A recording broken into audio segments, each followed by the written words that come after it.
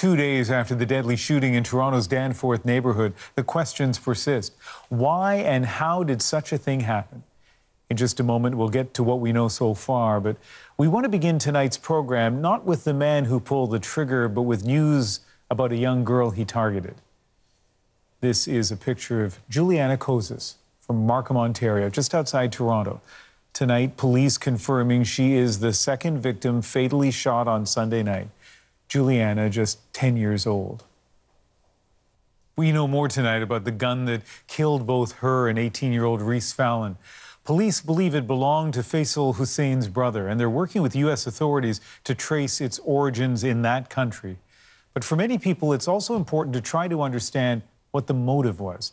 And today, police pushed forward with their investigation, and we got our first clear look at the face of the man who calmly pulled that trigger over and over again on Sunday night. Ron Charles has the story. In this picture from 2016, there's no indication of the violence in Faisal Hussein's future. But we're learning more today about the 29-year-old. A family friend told CBC News police had to deal with Hussein twice when he was still a teenager for incidents related to mental health issues, something confirmed by a police source. More recently, Hussein held down 2 part-time jobs at a pharmacy and a grocery store. A forensics team removed boxes and bags of material late last night from the apartment Hussein shared with his family. Investigators are trying to determine a motive for the shooting rampage. Today, the public safety minister all but ruled out one motive. There's no reason to believe that that national security was a part of this event or in any way threatened or at risk. Police are also investigating where and how Hussein obtained a handgun. Today, Toronto City Council discussed how to deal with the recent spike in gun violence. They called in the police chief to answer questions about how guns end up in criminal hands. When we look at our research, it's clear to us that 50% of the firearms that are used for crimes are domestic, usually straw purchasing, so lawful owners who purchase large amounts of firearms and then distribute them to the criminal entities that are out there. The results are becoming all too familiar to people in Toronto. The fountain that is normally an evening neighborhood hangout is now a place to show support for the people shot here. And in a further show of support and defiance, patrons return to Danforth Avenue restaurants and cafes. This has always been a very safe neighborhood. And to think something like that could happen here, just pulls out the heartstrings.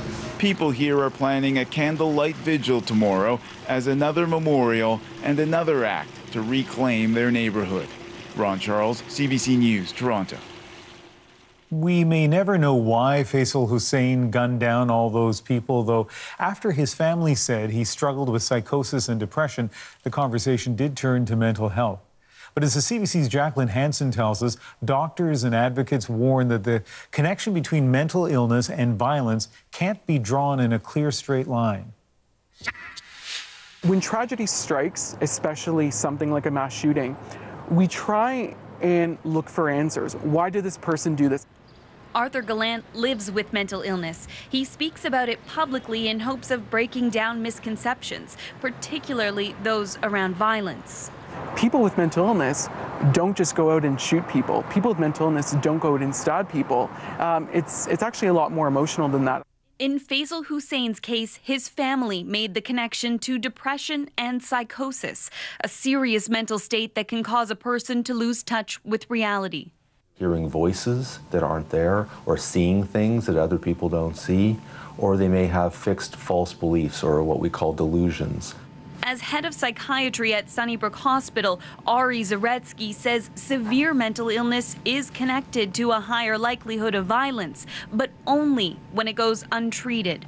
If you treat that illness, so in other words, if you treat the psychosis, if you treat a person with schizophrenia so that their symptoms are under better control, if you treat a person with bipolar disorder who might be manic, and control those symptoms, then they are no more likely than the general population to perpetrate a violent act. Kevin Cameron helps families and organizations look for warning signs of violence. One of the most painful things that we identified years ago is that the majority of people who kill for a cause, that there is a reason for it. At best, and I'm talking at best, about 25% of the mass killing cases we see major mental illness was a variable, but a variable, not the primary contributor to risk.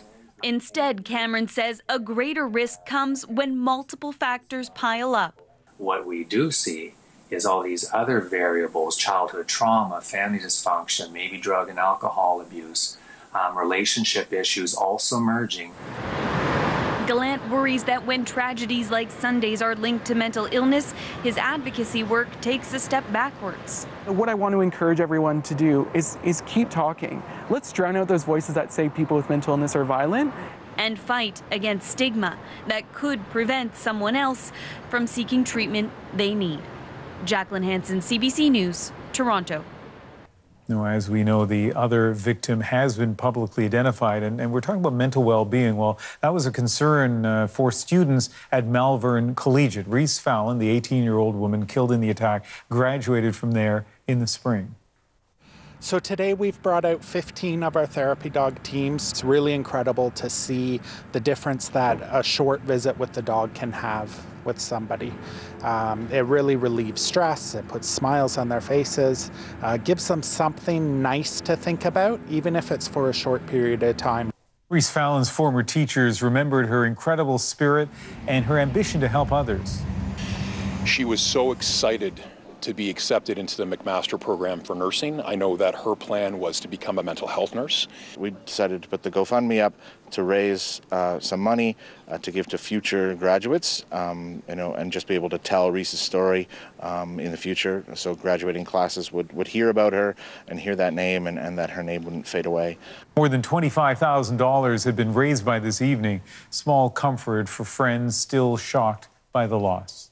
So just 2 nights before the shooting, you saw her? Yes, I did. Yeah, it's hard to think about that now, but, it was good to be able to see her before she went. Yeah. Just have that memory.